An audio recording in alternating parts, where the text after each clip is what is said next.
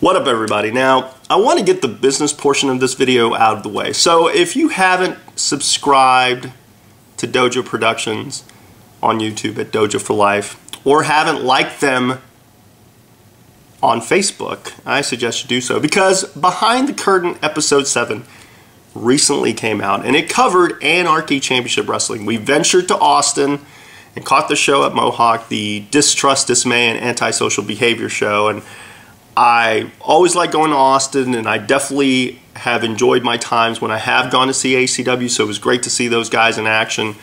We got plenty of footage out there. Again, you can get a lot of that through DoJo Productions, either on their Facebook or on their YouTube. And if you've seen Episode 7, watch Episode 6, and watch Episode 5, and so on and so forth, and watch all the extras. Episode 8 should be out fairly quickly, I think, maybe in the next week or two. And it's going to cover Metroplex Wrestling, which is based out of Bedford, or the Metroplex area. And I'll talk about that a little bit later. Now I want to cover kind of the gist of the video.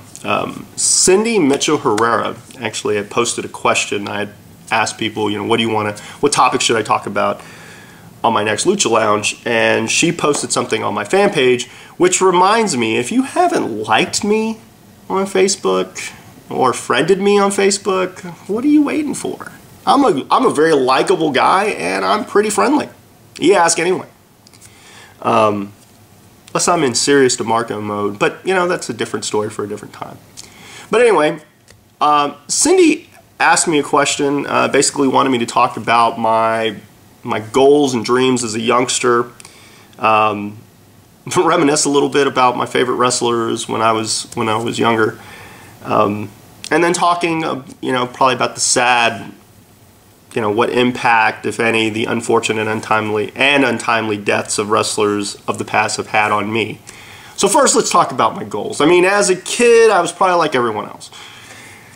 I wanted to be an astronaut, or wanted to be a secret agent, or I wanted to be president, or king, or ruler of the world, or or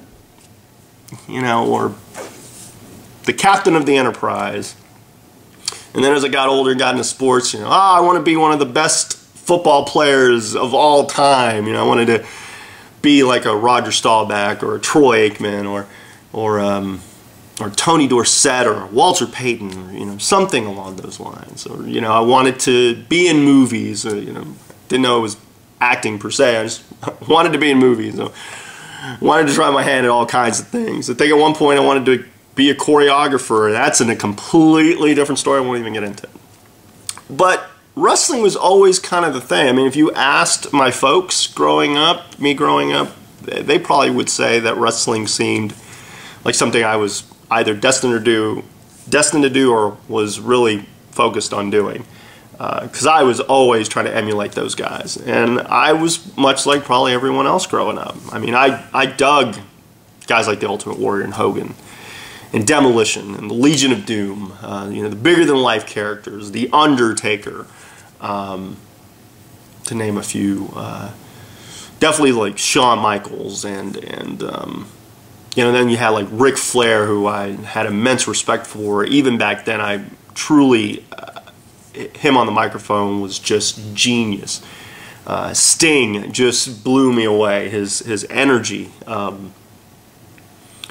But so many others, the Four Horsemen were some, Bret Hart, Owen Hart, there were certain storylines really captivated me. I liked the over-the-top nature and how things were covered, and the theatrics, and I mean, I could go on and on about lists of people that I enjoyed. One of my fondest memories growing up was actually getting to watch a live show. I think NWA came, Clash of Champions 10, the Texas Shootout that came to Memorial Coliseum in Corpus Christi, Texas, back in February of 1990. It was a pretty awesome show. I mean, it was televised for TBS, so it was my first, not just exposure to a live wrestling event, but live wrestling on television, getting to see the screens. That was the show like Doom and the Steiners, and I mean, it was a jam-packed show, but I remember the start of the show, Sting, who had joined the Horsemen, got kicked out of the Horsemen. And he also blew out his knee. Like he was climbing the cage at the end of the night to come after the Horsemen to get his revenge. And as they were pulling him down, you saw his knee buckle, and they rushed him to the back. And then Flair ran and jumped on top of him. And then, you know, then that storyline of Sting having to rehab his knee and go through all of that. And it's funny because the same place in October of 2002 hosted the NWA 54th anniversary show, and I actually was on that show. Memorial Coliseum, my hometown, for Battle of the Belts 2002, and I was facing J.P. Black for the Texas heavyweight title of NWA, and in a Texas death match. And I was interviewed and got to be on television for that, and got to be on the front page of the Corpus Christi Caller-Times, like Hometown Boy Does Good. And even though I was a heel for NWA Southwest, you know, leading up to that, when I got to Corpus, it was kind of completely the opposite. Everybody wanted to see me win and get the title, and I luckily got the title, beating J.P. Black. But, you know, I really thought I arrived. My family was there, and people I hadn't seen since I had left Corpus and whatnot, and it was just truly like one of those moments where I really had felt like I had arrived. They gave me the title, and I hoisted it up in the air and got on the microphone, and really was thinking to myself the whole time, man, it doesn't get much better. So I think, you know, probably in the back of my mind, wrestling was always something. It was always something I wanted to do. Always something I wanted to be a part of. And obviously, you know, as I grew up and got older, I got into the ECW way of things with Sabu and Taz, and you know, a lot of those guys on that roster, really I enjoyed watching. Sabu, Taz, and Rob Van Dam, and of course Jerry Lynn, and the list goes on and on of guys. But you know, I also loved Austin and loved The Rock, and thought G-Generation X, both incarnations with Shawn and without Shawn, were great. And of course I loved the NWO, and thought it was so revolutionary. Everything that was kind of going on at that time period, such a change of the way business was done and the way things were going, and kind of, you know, the golden age, the Attitude Era, or whatever you want to call it. But yeah, great times. And great times to be a fan, and great times to be, you know, a mark, to really just enjoy it for the sake of enjoying it. Something I always try to, that's my goal now, is just to enjoy it for enjoying it. As far as deaths, I mean, it's part of the business, it seems like, as sad as it is to say. You know, you're kind of always reminded of things. And take the Hardys, who were guys that I idolized as a kid, or I mean, as I was getting into the business, and to see kind of the things that they've fallen into recently, or of recent memory, but also, you know, the deaths. A lot of them impact me. Brian Pillman. Crazy, you know, to hear the announcement made, and then for them to have his wife out there, you know, via satellite, and it really shook me because of all the rumors of what potentially had gone on with him.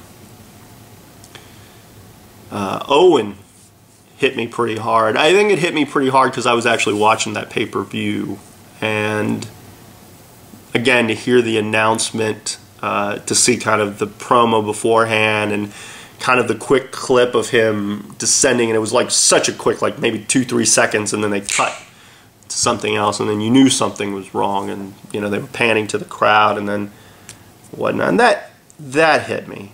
As a fan, I mean, both of those hit me. You know, Pillman was a guy that I really liked, especially the loose cannon gimmick.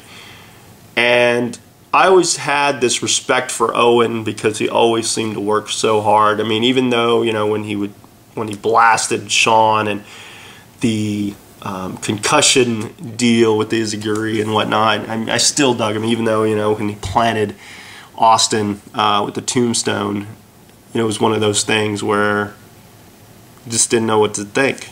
And as I got into business, I mean, guys like Perfect passing or Rick Rude passing, you would just think, wow, to be relatively young or almost in the prime of their lives and to pass through things. I gotta say, you know, deaths that really hit me hard was Guerrero, because I was in the business at that point and kind of had met him and been able to talk to him, you know, a handful of times, and really enjoyed his work, especially once I grew. You know, I grew a tremendous amount of appreciation for it as I was getting into it. But it was crazy to hear about his passing, and you know, to think that he had just been on TV not too long. You know, not a day or two before that, and kind of how it shook up the WWE to such a degree, and it really shook me up. I was really broken up about it. Again, because not just because of he was a guy that I idolized, but also because, you know, he had achieved such greatness in WrestleMania 20. But I got to say, one that really impacted me most was Benoit. You know, I was going through my stuff. I've talked about, you know, some of the stuff I was going through at that time, kind of coming to grips with certain tragedies that I had been going through. And then Chris Benoit was the epitome of professional wrestler. He was, you know, you could ask anyone, and he was the guy that every wrestler said, you need to look up to this guy. He was what a professional wrestler should be. And again, it hit hit real close to home, because I got phone calls from friends of mine who had told me, and I watched that show, the tribute show, and then subsequently after the fact, and you know, kind of knew that Sunday something had gone wrong because he wasn't at the pay-per-view. But it hit me so hard because now it was not a tragedy in the sense of, you know, a person died of an overdose or